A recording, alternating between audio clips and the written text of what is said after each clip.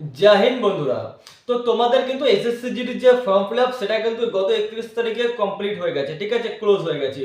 এখন যেটা তোমাদের চলছিল সেটা হচ্ছে 4 তারিখ থেকে 6 তারিখ পর্যন্ত তোমাদের হচ্ছে ফর্ম কারেকশন ডেট কিন্তু এসএসসি দিয়ে দিয়েছিল।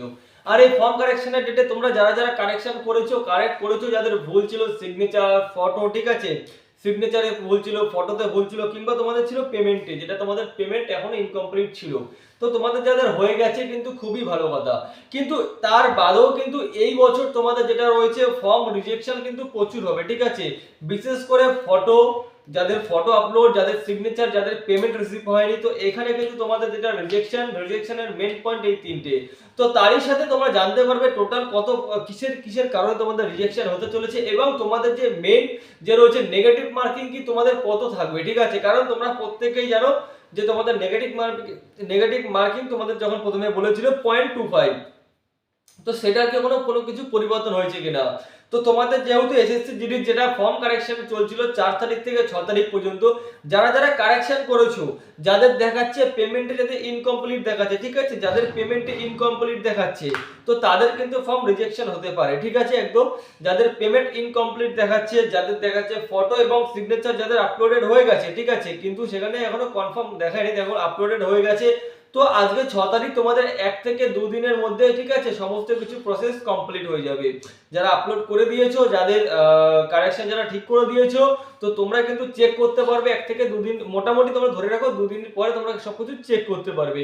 কিন্তু বিশেষ করে যাদের পেমেন্ট ইনকমপ্লিট দেখাচ্ছে, কিংবা যাদের ফটো এবং সিগনেচার যারা ঠিক করতে পারোনি, তাদের জন্য কিন্তু একটা রিজেকশনের যেটা রয়েছে একটা সন্দেহ থেকেই যায়।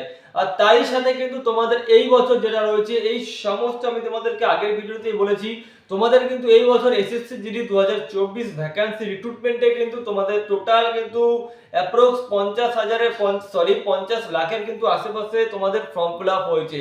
তার মধ্যে তোমাদের কিন্তু মানে সব থেকে বেশি হলে কিন্তু সব থেকে তোমাদের 2 থেকে 2.5 লাখ ফর্ম কিন্তু এরকম রিজেকশন হতে পারে এই সমস্ত ভুলের জন্য। কারণ সিগনেচার তোমাদের যেটা রয়েছে ফার্স্ট, ফটো যেটা রয়েছে তোমাদের সেকেন্ড, এবং যে সব থেকে বড় যেটা রয়েছে সেটা হচ্ছে তোমাদের পেমেন্ট যাদের ইনকমপ্লিট হয়ে গেছে, যারা পেমেন্ট ঠিক করতে পারোনি, তাদের কিন্তু যেটা রয়েছে তোমাদের রিজেকশনটা কিন্তু হতে পারে। যদি এর পরে তোমাদের কোনো রকম যেটা রয়েছে ফর্ম কারেকশনের ডেট দিয়ে দেয়, আশা করা যায় যে তোমাদের কিন্তু ফর্ম কারেকশনের ডেট আগামী দিনেও দিতে পারে, ঠিক আছে। এরকম কোনো কিছু অফিসিয়ালি না, কিন্তু এসএসসি জিডির ফর্ম কারেকশন যেটা রয়েছে গত 4 তারিখ থেকে 6 তারিখ পর্যন্ত তোমাদের যে চলছে, এই ফর্ম কারেকশনে যারা যারা করতে পেরেছো খুবই ভালো কথা, যারা করতে পারো দেখা গেলো বাই চান্স জানতে না, ঠিক আছে, কিংবা তোমরা হয়তো জানতেই না যে তোমাদের যেটা ফর্ম কোনো কিছু ভুল হয়েছে, তো আশা করা যায় তোমাদের কিন্তু এই ফর্ম কারেকশন ডেট আরো 1-2 দিন তোমাদের আগে পিছিয়ে করে কিছু করতে পারে, ঠিক আছে। সেটা কোনো অফিসিয়ালি না। যদি এরকম কোনো কিছু খবর বেরো তাহলে কিন্তু আমি অবশ্যই আমার ইউটিউব চ্যানেলে তোমাদের কাছে প্রোভাইড করে দেবো।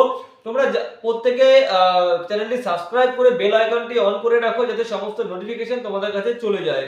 এরপর যেটা বলবো সেটা হচ্ছে তোমাদের যেটা এই বছরের যে নেগেটিভ মার্কিং, তোমরা প্রত্যেকেই জানো এই বছরে তোমাদের নেগেটিভ মার্কিং যেটা রয়েছে 0.25।